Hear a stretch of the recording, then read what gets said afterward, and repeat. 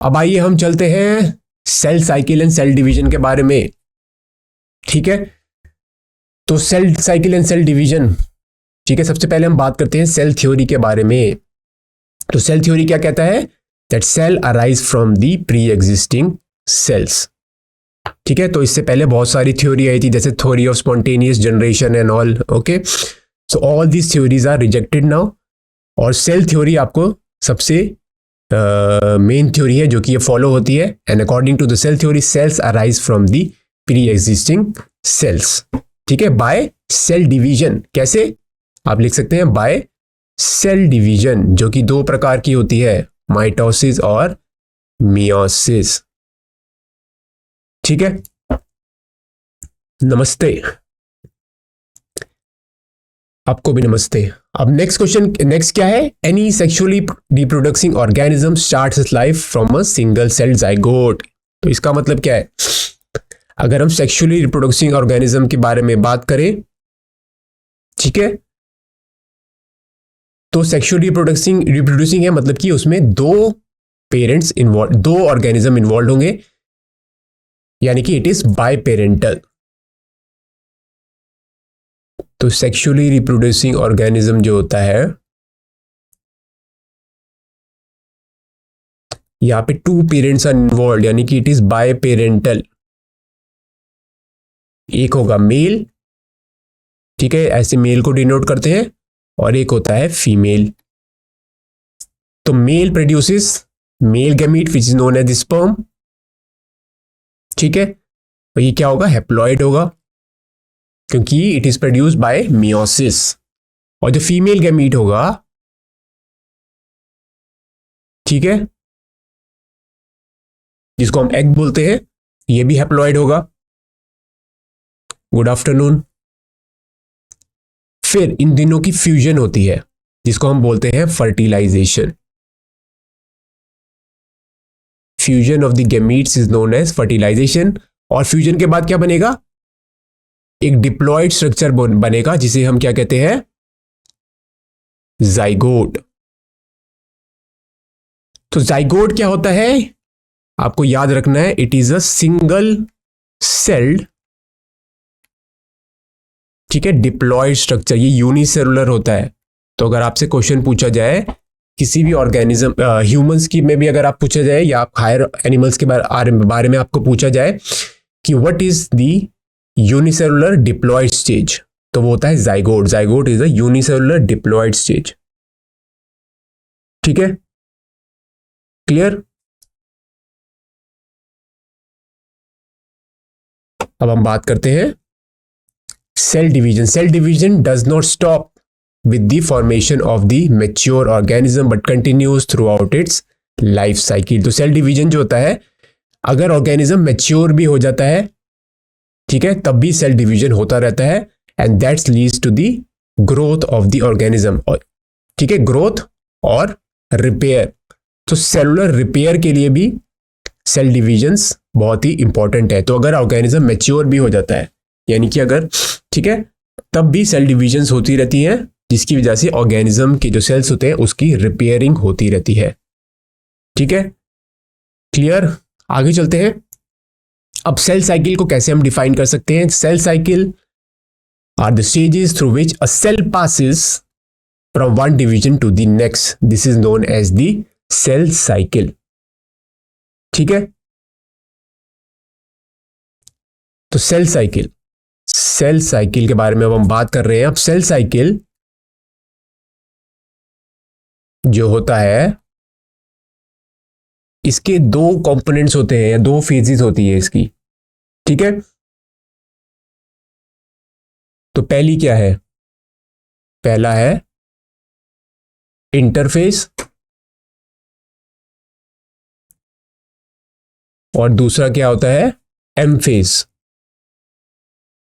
ठीक है, एक होता है इंटरफेस, एक होता है एम फेज। क्लियर? तो इंटरफेसिस की सब स्टेजेस क्या होती है? G1 फेज, एस फेज और दी G2 फेज। क्लियर है? इंटरफेस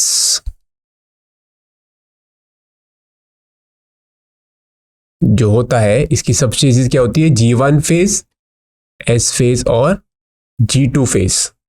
आपको आवाज नहीं आ रही है? आप अपने लैपटॉप में सेटिंग करके देखिए, आवाज क्यों नहीं आ रही है आपको? बस हमारे यहां से तो क्लियर है आवाज। ठीक है, तो इंटरफेस की 3 स्टेजेस होती हैं, G1 फेज, एस फेज और G2 फेज, और फिर होता है एम फेज। एम फेज जो होता है ये फर्दर, इसके 2 पार्ट्स होते हैं, कैरियोकाइनेसिस जिसका मतलब होता है न्यूक्लियर डिवीजन, ठीक है, और फिर होता है साइटोकाइनेसिस। तो karyokinesis is followed by cytokinesis, यानी कि साइटोप्लाज्मिक डिवीजन।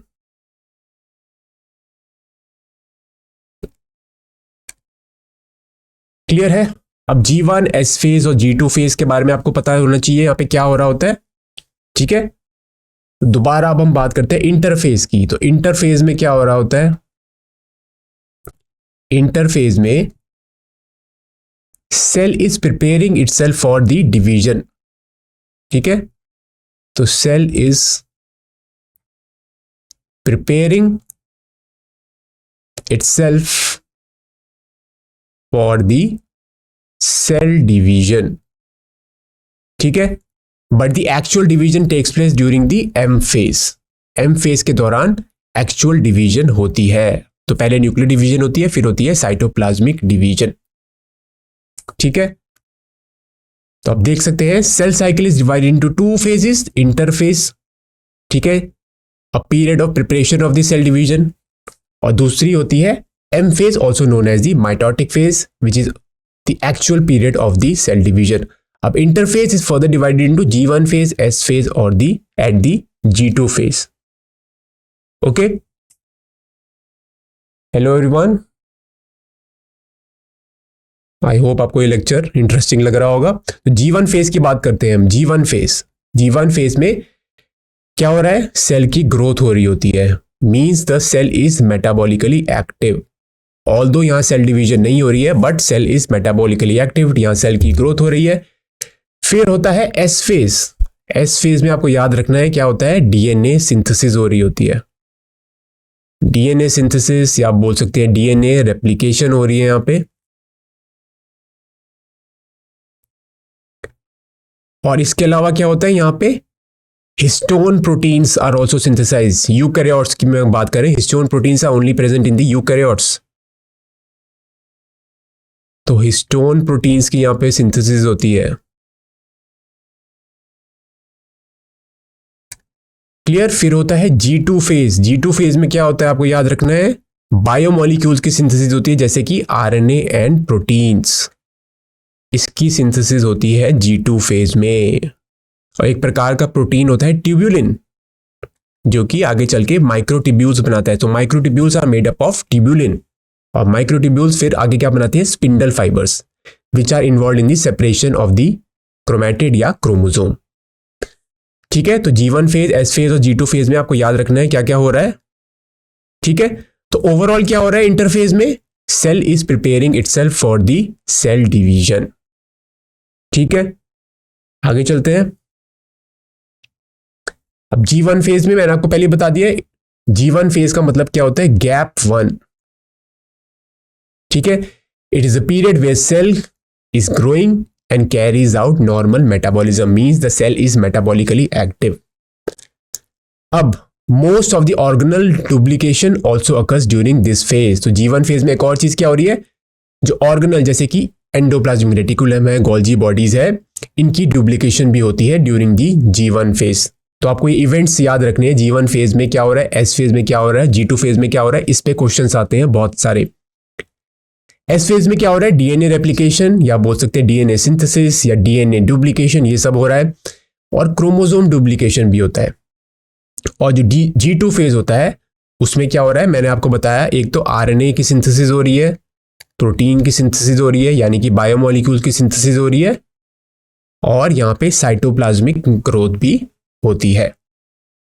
ठीक है, क्लियर?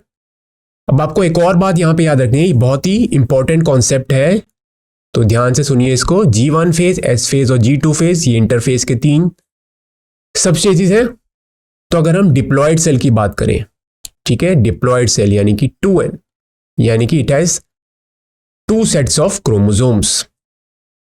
तो अगर सोमैटिक सेल में यानी कि डिप्लॉयड सेल में अगर डिवीजन हो रही है तो यहाँ पे क्रोमोसोम नंबर कितने होंगे, 2n, और यहाँ पे डीएनए कंटेंट क्या होगा, 2c। तो 2c डीएनए कंटेंट, 2n है क्रोमोसोम कंटेंट, ठीक है। अब एस फेज में क्या हो रहा है, क्रोमोसोम नंबर तो 2n ही है, पर यहाँ पे डीएनए की सिंथेसिस होती है। आपको पता है S phase is also known as the synthetic phase, यहाँ पे डीएनए की सिंथेसिस हो रही है। फिर G2 फेज में क्या होगा, क्रोमोसोम नंबर तो 2n ही रहते हैं, पर डीएनए कंटेंट डबल्स 4c हो जाएगा। तो इस कॉन्सेप्ट पे बहुत सारे क्वेश्चंस आते हैं, आपको याद रखना है। तो क्वेश्चन ऐसा आएगा कि G2 फेज में डीएनए कंसंट्रेशन कितना होगा अगर डिप्लॉयड सेल में माइटोसिस हो रही है, ठीक है, क्लियर। क्या क्वेश्चन पूछ रहे हैं, ये कॉन्सेप्ट फिर से बता दें, तो ये कॉन्सेप्ट फिर से बता देते हैं ये वाला, क्योंकि ये बहुत ही इंपॉर्टेंट कॉन्सेप्ट है। तो क्या हो रहा है यहां पे इस कॉन्सेप्ट में, आपको पता है इंटरफेस की 3 स्टेजेस होती हैं, ठीक है, G1 फेज, फिर होता है S फेज, फिर होता है G2 फेज। अब G1 फेज, ठीक है, तो हम क्या करते हैं, पहले हम बात कर रहे हैं एक डिप्लॉयड सेल की, हम डिप्लॉयड सेल के बारे में बात कर रहे हैं। तो डिप्लॉयड सेल में क्रोमोसोम नंबर कितने होंगे, 2 सेट्स ऑफ क्रोमोसोम होंगे, यानी कि 2n, ठीक है, 2n ये हो गए क्रोमोसोम नंबर। और 2c क्या हुआ, डीएनए कंटेंट के बारे में बात कर रहे हैं। 2c represents the DNA content of a diploid cell. अगर हम हैप्लॉयड सेल के बारे में बात करते हैं तो हैप्लॉयड सेल में n नंबर ऑफ क्रोमोसोम होते हैं, यानी कि एक क्रोमोसोम सेट होता है, तो हम उसे लिखते हैं n, और डीएनए कंटेंट कितना होगा, c, ठीक है, c होगा डीएनए कंटेंट, ठीक है, और n होगा क्रोमोसोम कंटेंट। डिप्लॉयड सेल में 2c होगा डीएनए कंटेंट और 2n होगा क्रोमोसोम नंबर। तो अगर हम डिप्लॉयड सेल के बारे में बात करते हैं तो G1 फेज में 2n तो हो गए क्रोमोसोम नंबर और 2c भी हो गया डीएनए कंटेंट। अब S फेज में क्या होता है, डीएनए की सिंथेसिस होती है, तो क्रोमोसोम नंबर तो 2n ही रहेगा, पर डीएनए की सिंथेसिस हो रही है, ठीक है, तो यहां पे डीएनए की सिंथेसिस हो रही है। फिर G2 फेज के में जब सेल जाएगा तो क्या होगा, क्रोमोसोम तो 2n ही रहेंगे, पर डीएनए कंटेंट डबल हो जाएगा, यानी कि 4c हो जाएगा, ठीक है, डीएनए कंटेंट 4c हो जाएगा।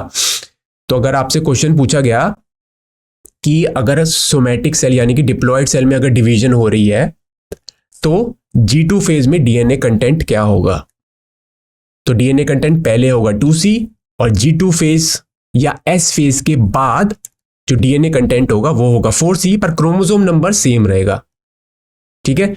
ऐसे अगर हम हैप्लॉयड सेल के बारे में बात करें तो हैप्लॉयड सेल में G1 फेज में क्या होगा, n क्रोमोसोम होंगे और c डीएनए कंटेंट होगा। S फेज में भी n होंगे, तो आपका क्रोमोसोम नंबर तो सेम रहता है, बट डीएनए कंटेंट में सिर्फ डिफरेंस आता है। यहाँ पे डीएनए की सिंथेसिस हो रही है। फिर G2 फेज में क्या होगा, n ही क्रोमोसोम नंबर होंगे, पर डबल हो जाएगा डीएनए कंटेंट, 2c हो जाएगा। तो c से 2c होगा हैप्लॉयड सेल में, और 2c से 4c होगा डिप्लॉयड सेल में, ठीक है। यह हैप्लॉयड सेल के बारे में बात कर रहे थे और पहले मैंने आपको डिप्लॉयड सेल के बारे में बताया, क्लियर। तो अब ये सीधा आप ये ध्यान में रखें कि हैप्लॉयड सेल में अगर डिवीजन की बात कर रहे हैं तो c से कंटेंट हो जाएगा 2c, ठीक है, पर क्रोमोसोम नंबर n और n ही रहेंगे। अगर हम डिप्लॉयड की बात कर रहे हैं तो डिप्लॉयड में क्या होगा, 2c डीएनए कंटेंट पहले ही होता है, तो वो 4c हो जाएगा, डबल हो जाएगा, और 2n क्रोमोसोम 2n ही रहेंगे, ठीक है, क्लियर है। आगे चलते हैं। अब माइटोसिस के बारे में बात करें, पहले हम बात कर रहे थे इंटरफेज के बारे में, अब हम बात करते हैं दूसरे फेज के बारे में, सेल साइकिल के दूसरे फेज के बारे में। सेल साइकिल की 2 फेजेस होती है, इंटरफेज और माइटोसिस फेज, एम फेज। तो माइटोसिस की 4 चीजें होती हैं, प्रोफेज, मेटाफेज, एनाफेज और टीलोफेज। ये भी माइटोसिस भी पहले आपको ध्यान में रखना है, ये भी 2 स्टेजेस में होता है, कैरियोकाइनेसिस यानी कि न्यूक्लियर डिवीजन, और फिर होता है साइटोकाइनेसिस। ठीक है, अब कैरियोकाइनेसिस के बारे में बात कर रहे हैं हम। कैरियोकाइनेसिस की ये स्टेजेस होती हैं प्रोफेज, मेटाफेज, एनाफेज और टीलोफेज। ठीक है, तो यहाँ पे क्या हो रहा है, प्रोफेज की अगर हम बात करें, प्रोफेज में क्रोमोसोम कंडेंसेशन स्टार्ट हो जाती है और जो न्यूक्लियर एनविलप है, न्यूक्लियर मेम्ब्रेन है, वो डिसअपियर होने स्टार्ट हो जाती है। साइटोप्लाज्मिक ऑर्गेनल्स होते हैं वो डिसअपियर होने स्टार्ट हो जाते हैं, और सेंट्रियोल्स जो होते हैं they move to the opposite poles. Centrioles क्या होते हैं? सेंट्रियोल्स ज्यादातर एनिमल सेल्स में ही मौजूद होते हैं, and centrioles are present with the centrosome, और ये माइक्रोट्यूब्यूल असेंबली में मदद करते हैं। अब nuclear envelope and nucleolus they also disappear. ठीक है, they also disappear during the prophase. Prophase के दौरान ये डिसअपियर होना शुरू स्टार्ट कर देते हैं, और spindle fibres also start appearing during the prophase. अब मेटाफेज में क्या होता है? प्रोफेज के बाद स्टेज होती है मेटाफेज। तो मेटाफेज की क्या यूनिक फीचर है? Chromosomes are aligning at the equator. अब फिर होती है एनाफेज। तो प्रोफेज, मेटाफेज और एनाफेज। एनाफेज में क्या होता है? हम माइटोसिस की बात कर रहे हैं यहाँ पे। ठीक है, we are talking about mitosis, तो ये आपको ध्यान रखना है। तो एनाफेज के दौरान सेंट्रोमियर की डिवीजन होती है, ये आपको ध्यान रखना है। ठीक है, centromere divides during the mitosis, and because of that there is a separation of the sister chromatids. ठीक है, because of this there is a separation of the sister chromatids, and sister chromatid start moving to the opposite poles. Clear है? तो ये हो रहा है anaphase के दौरान। इसी की वजह से इक्वेशनल डिवीजन होती है, क्योंकि यहाँ पे सेंट्रोमियर डिवाइड कर रहा है और क्रोमैटिड सेपरेट हो रहे हैं। ठीक है, इसकी वजह से क्रोमोसोम नंबर जो है वो अगर 46 था तो वो 46 ही रहता है। अब once the chromatid reach the 2 poles, ठीक है, इसके बाद क्या होता है? Nucleolus and the nuclear membrane reappear. तो ये किस में होता है? टीलोफेज में। तो टीलोफेज को हम क्या कहते हैं? रिवर्स ऑफ प्रोफेज भी कहते हैं। It is also known as reverse of the prophase. यहाँ पे प्रोफेज में जो एक्टिविटीज होती हैं, जो गतिविधियां होती हैं, उसका ऑपोजिट हो रहा होता है। तो प्रोफेज में क्या होता है? क्रोमोसोम कंडेंसेशन हो रही है, तो टीलोफेज में क्रोमोसोमल डीकंडेंसेशन होती है। प्रोफेज में न्यूक्लियर मेम्ब्रेन और सेल ऑर्गेनल्स डिसअपीयर होते हैं, यहाँ पे न्यूक्लियर मेम्ब्रेन और जो सेल ऑर्गेनल्स हैं वो रीअपीयर होते हैं। ठीक है, फिर क्या होता है? यहाँ पे कैरियोकाइनेसिस खत्म हो जाता है। ठीक है, कैरियोकाइनेसिस 4 स्टेजेस में डिवाइडेड है, प्रोफेज, मेटाफेज, एनाफेज और टीलोफेज। अब कैरियोकाइनेसिस के बाद क्या होता है? साइटोकाइनेसिस यानी कि साइटोप्लाज्मिक डिवीजन। ठीक है, अब माइटोसिस को हम इक्वेशनल डिवीजन कहते हैं, क्योंकि यहाँ पे chromosome number of the parent is conserved in the daughter cells. ठीक है, क्लियर है? और माइटोसिस के बाद कितने सेल्स बनते हैं? 2 इक्वल, या बोल सकते हैं genetically similar daughter cells are produced. 2 cells बनते हैं after meiosis that are genetically similar. Clear? तो माइटोसिस के बारे में हमने अब बात की। ठीक है, अब meiosis occurs in the diploid sales.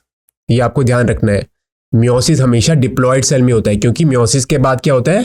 Chromosome number की रिडक्शन हो जाती है। ठीक है, तो डिप्लॉयड सेल में मियोसिस होता है। ठीक है, और गैमीट फॉर्मेशन होता है, जिसे हम बोलते हैं गैमीटोजेनेसिस। ये जो गैमीटोजेनेसिस होता है, it is because of meiosis in the germ cells, जो कि डिप्लॉयड होते हैं। तो जर्म सेल्स होते हैं, ठीक है, ये सेल्स होते हैं डिप्लॉयड। तो इनमें मियोसिस के द्वारा क्या होता है?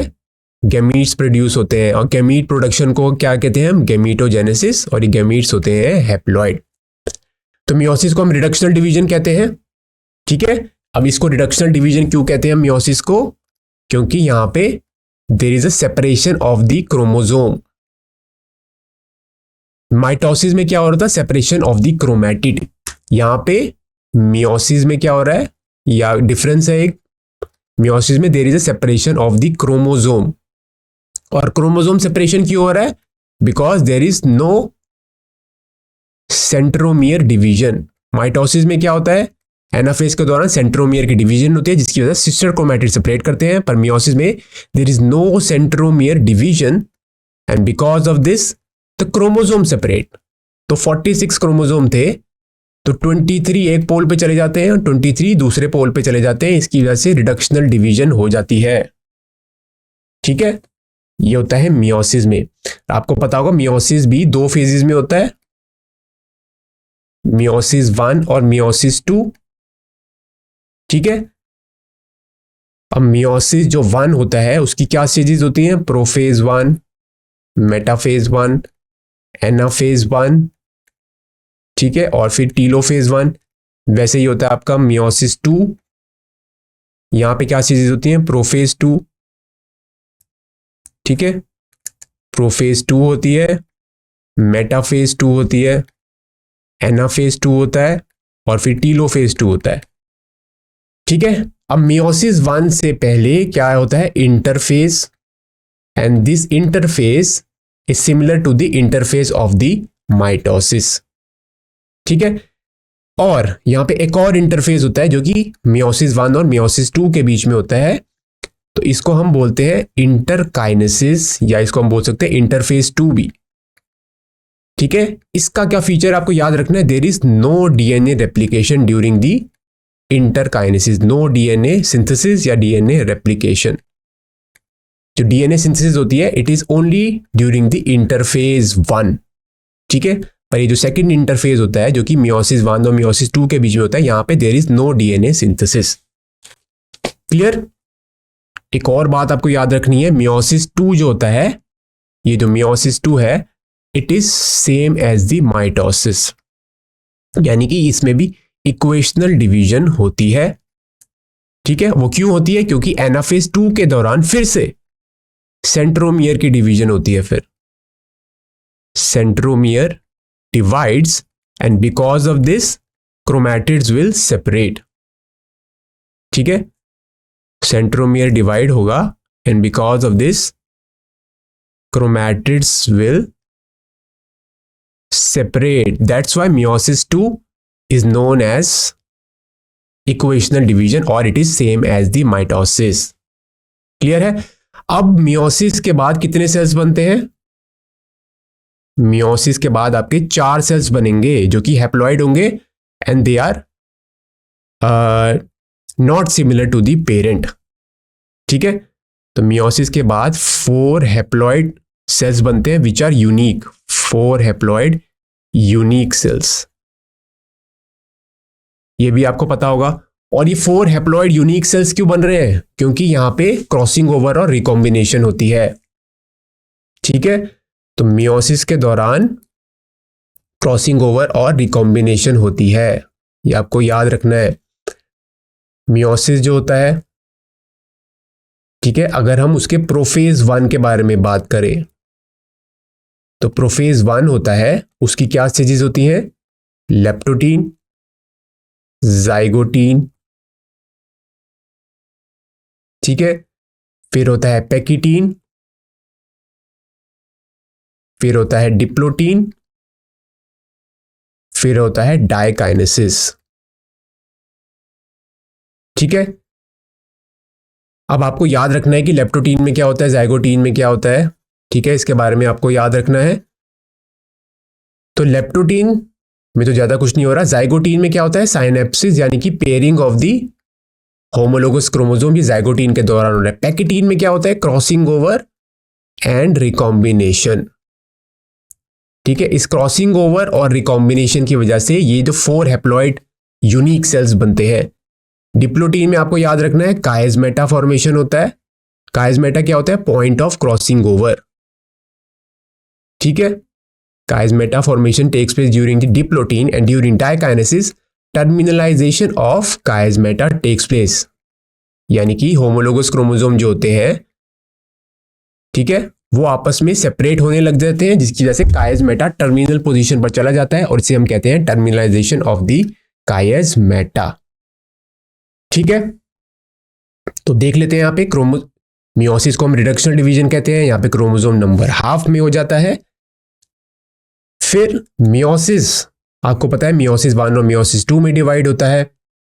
और अगर हम सेक्सुअल रिप्रोडक्शन की बात करें, यहाँ पे 2 गैमीट्स बनते हैं, ठीक है, जिसकी वजह से क्रोमोसोम नंबर इज रिस्टोर्ड। तो इसका मतलब क्या है? इसका मतलब ये है कि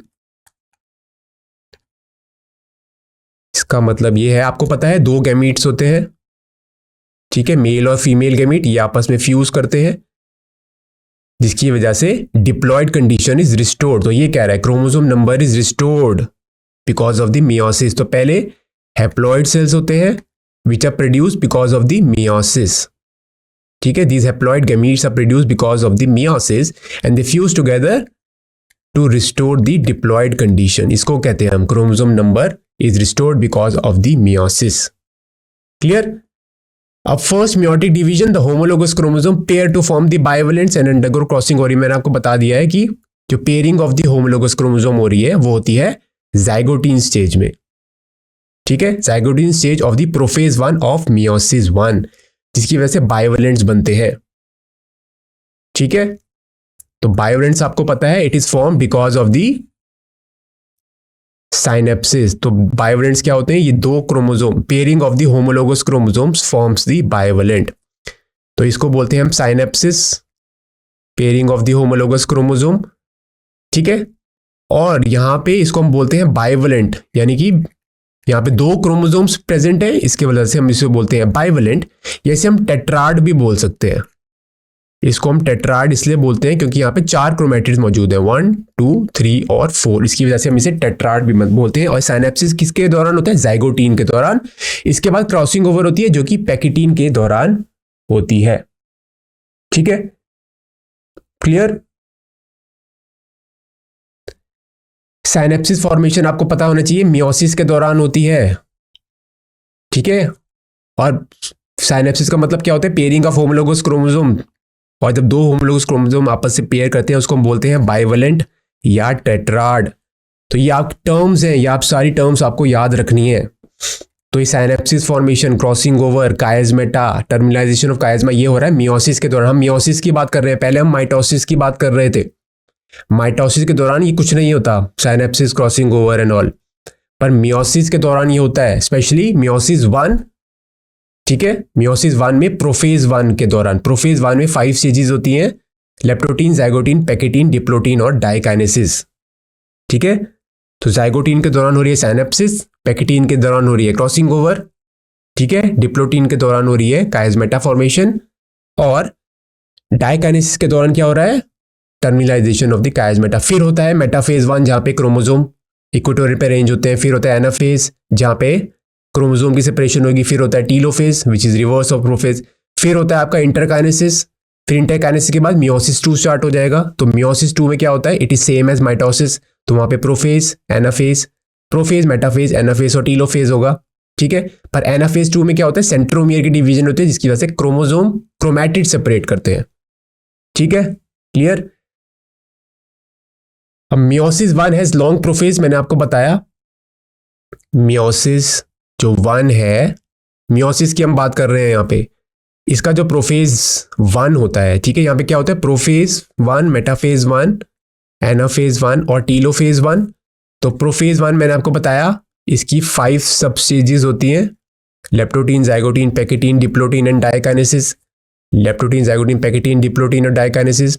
इसके बाद होता है मेटाफेज 1, ठीक है, मेटाफेज 1, यहाँ पे the bivalents are arranged on the equatorial plate, equatorial plate पर अरेंज होते हैं, ठीक है। उसके बाद एनाफेज 1 में होता है, एनाफेज 1 में क्या हो रहा है?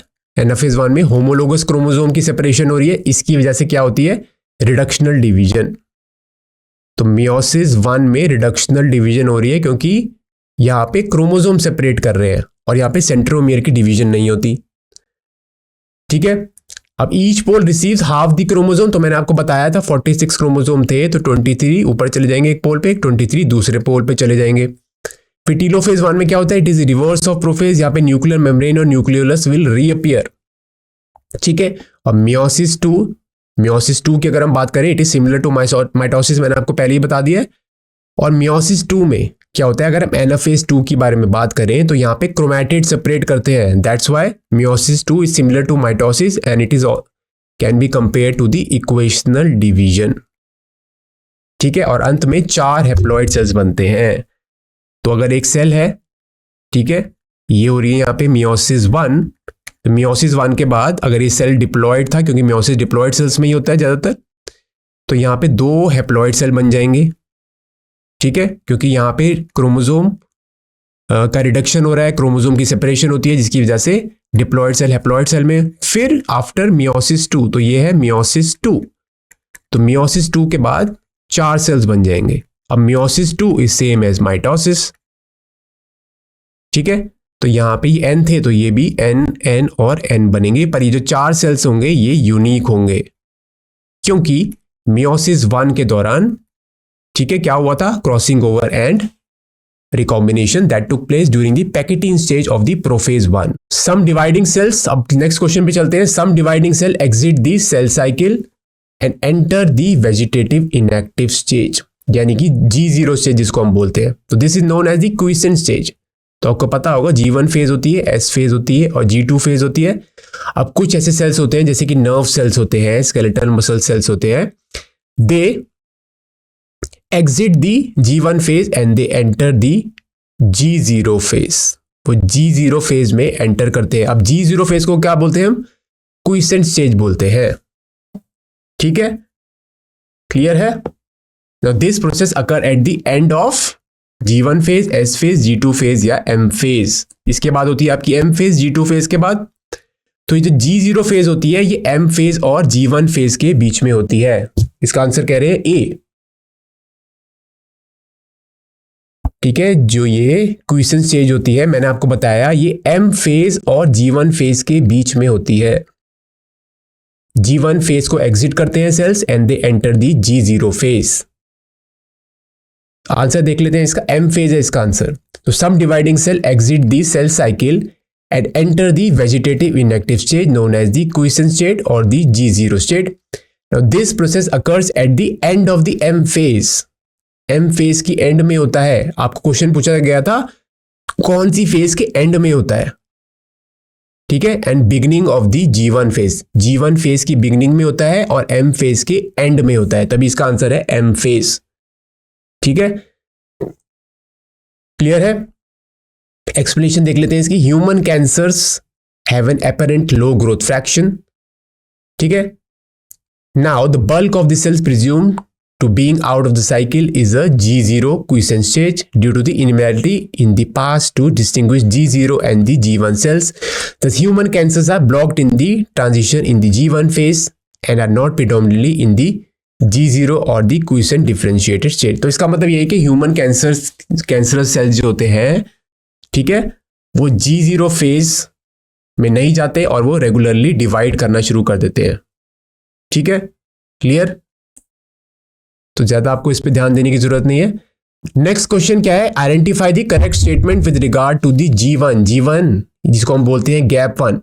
तो आपको चार स्टेटमेंट दी गई हैं, आपको इसमें से करेक्ट स्टेटमेंट चूज करनी है। तो पहली स्टेटमेंट क्या है, reorganisation of the cell components. Cell components क्या होते हैं, हमारे क्रोमोसोम और साइटोप्लाज्मिक ऑर्गेनल्स।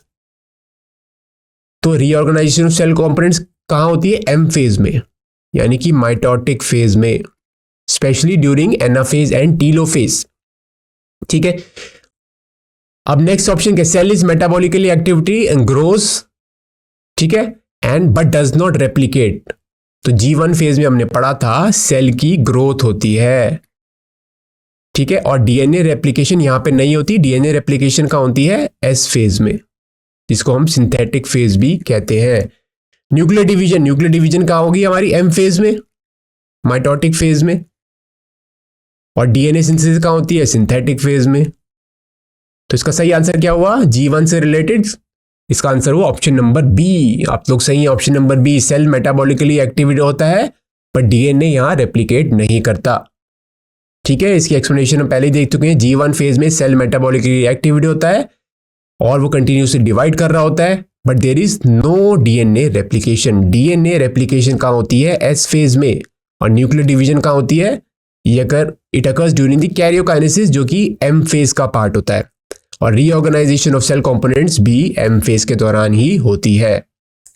ठीक है, आगे चलते हैं अगले क्वेश्चन पे। Match the following with respect to meiosis. अब मियोसिस के बारे में बात कर रहे हैं, तो आपको 2 कॉलम्स दिए गए हैं। ठीक है, यहाँ पे आपको मैच करना है। तो जाइगोटीन में क्या होता है, साइनेप्सिस होता है, ठीक है। तो ए का आंसर क्या हो गया 4। पैकेटीन के दौरान क्या होता है, क्रॉसिंग ओवर, फिर हो गया 3। डिप्लोटीन के दौरान क्या होता है, काइजमेटा फॉर्मेशन, फिर हो गया 2। डाइकाइनेसिस के दौरान क्या होता है, टर्मिनलाइजेशन ऑफ द काइजमेटा। तो ये सही इसका आंसर हुआ 4, 3, 2 और 1। ठीक है, क्लियर है। तो ये सारे आपको ऑप्शंस दिए गए थे, तो आपको ऑप्शंस देखने की जरूरत भी नहीं है, आप सीधा ही आंसर दे सकते हैं इसका।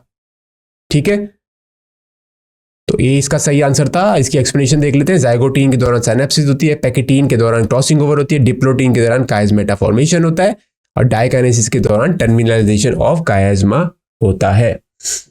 ठीक है, तो आप लिख रहे हैं 4, 3, 2 और 1। ठीक है, अगला चलते हैं अगले क्वेश्चन पे। Dissolution of the synaptonemal complex occurs. तो साइनेप्टोनिमल कॉम्प्लेक्स कब बनता है, साइनेप्सिस के बाद, विच इज साइनेप्सिस क्या होता है, पेयरिंग ऑफ द क्रोमोसोम। तो साइनेप्टोनिमल कॉम्प्लेक्स है, इसकी डिसोल्यूशन कब होनी स्टार्ट होती है, जाइगोटीन में होती है, डिप्लोटीन में होती है, लेप्टोटीन में होती है, या पैकेटीन में होती है। तो सबसे पहले तो जाइगोटीन के दौरान आपका साइनेप्सिस बनता है। ठीक है, इसका आंसर क्या लिख रहे हैं आप, ए लिख रहे हैं। साइनेप्सिस बनता है, पर हम डिसोल्यूशन ऑफ साइनेप्टोनिमल कॉम्प्लेक्स लिख रहे हैं। डिसोल्यूशन लिखा है यहाँ पे, साइनेप्सिस फॉर्मेशन नहीं लिखा। यहाँ लिखा है साइनेप्टोनिमल कॉम्प्लेक्स कब टूटता है। ठीक है, डिप्लोटीन के दौरान क्या होता है, काइजमेटा फॉर्मेशन। ठीक है, पैकेटीन के दौरान क्रॉसिंग ओवर हो रहा होता है। इसका आंसर क्या होगा, डिप्लोटीन। डिप्लोटीन के दौरान साइनेप्टोनिमल कॉम्प्लेक्स की ब्रेकडाउन होती है, डिसोल्यूशन होता है। ठीक है, तो इसका आंसर क्या है, इसका ऑप्शन नंबर बी इसका सही आंसर है। Dissolution of the synaptonemal complex occurs during the diplotene stage of the prophase 1 of meiosis 1. Now the beginning of the diplotin is recognized by the dissolution of the synaptonemal complex. So diplotin में synaptoid complex की breakdown होनी शुरू हो जाती है। ठीक है, clear. ठीक है, आगे चलते हैं अगले क्वेश्चन पे। DNA replication in bacteria occurs. DNA replication in bacteria कहाँ होता है, nucleolus, prior to fission, just before transcription, या ड्यूरिंग द एस फेज। तो इसका आंसर क्या होगा, इसका आंसर देख लेते हैं। इसका आंसर है prior to fission. DNA replication fission से पहले होती है। फिजन आपको पता है, एक सेल 2 में डिवाइड हो जाता है। ठीक है, तो फिजन से पहले डीएनए रेप्लिकेशन होती है बैक्टीरिया में। ठीक है, clear. So in bacteria DNA replication occurs in the cytoplasm prior to the fission. ठीक है, क्लियर है। अब prokaryotes due to the primitive nature do not show well marked S phase. तो एस फेज जो होती है दैट इज वो काफी it is not well marked. ठीक है, प्रोकैरियोट्स के बारे में, प्रोकैरियोट जो होते हैं वो काफी सिंपल ऑर्गेनिजम्स होते हैं, तो वहां पे एस फेज ठीक है नहीं होती, जिसकी वजह से DNA replication prior to fission होती है। अगला क्वेश्चन देख लेते हैं। Meiotic divisions of the secondary oocyte is completed at the time of copulation, after zygote formation, at the time of fusion of the sperm, और चौथा ऑप्शन है prior to ovulation. ठीक है, meiotic division of the secondary oocyte, तो ये क्या है, oogenesis। अगर हम oogenesis के बारे में बात करें, oogenesis का मतलब क्या होता है, फॉर्मेशन ऑफ द एग। तो आपने ह्यूमन रिप्रोडक्शन के दौरान ये पढ़ा होगा, oogenesis। सेकेंडरी oocyte भी आपको पता होना चाहिए, पहले प्राइमरी oocyte बनता है, फिर सेकेंडरी, फिर टर्शरी। ठीक है, तो सेकेंडरी oocyte में मियोटिक डिविजन्स कब कंप्लीट होती है। इसका आंसर देख लेते हैं। इसका आंसर है eight the time of fusion of sperm with the ovum. Explanation देख ले। Meiotic divisions of secondary oocyte is completed after the entry of the sperm in the secondary oocyte, which leads to the formation of large ovum and a tiny polar body. ठीक है, clear. तो इस question को solve करने के लिए आपको oogenesis का एंटायर जो प्रोसेस है उसके बारे में पता होना चाहिए। ठीक है, तो पहले सेल्स होते हैं, वो डिवाइड करते हैं। ठीक है, तो एक लार्ज सेल बनता है जिसको बोलते हैं ओवम, और एक टाइनी सेल बनता है जिसको हम बोलते हैं पोलर बॉडी। ठीक है, फिर फर्दर डिविजन्स होती है जिसकी वजह से एग बनता है और एक और पोलर बॉडी बनता है। ठीक है, तो मैं आशा करता हूं आपको oogenesis का प्रोसेस के बारे में पता होगा। अब इस लेक्चर को हम यहीं समाप्त करते हैं और हम मिलेंगे आपसे अब कल। ठीक है, कल हम फिर लाइव आएंगे। मैं आशा करता हूं कल आप फिर से लाइव आप सेशन ज्वाइन करेंगे। आप सबका आज के लिए बहुत बहुत धन्यवाद। ठीक है, आप ऐसे ही पार्टिसिपेट करते रहिए। ठीक है, हम मिलेंगे अब कल अब आपसे।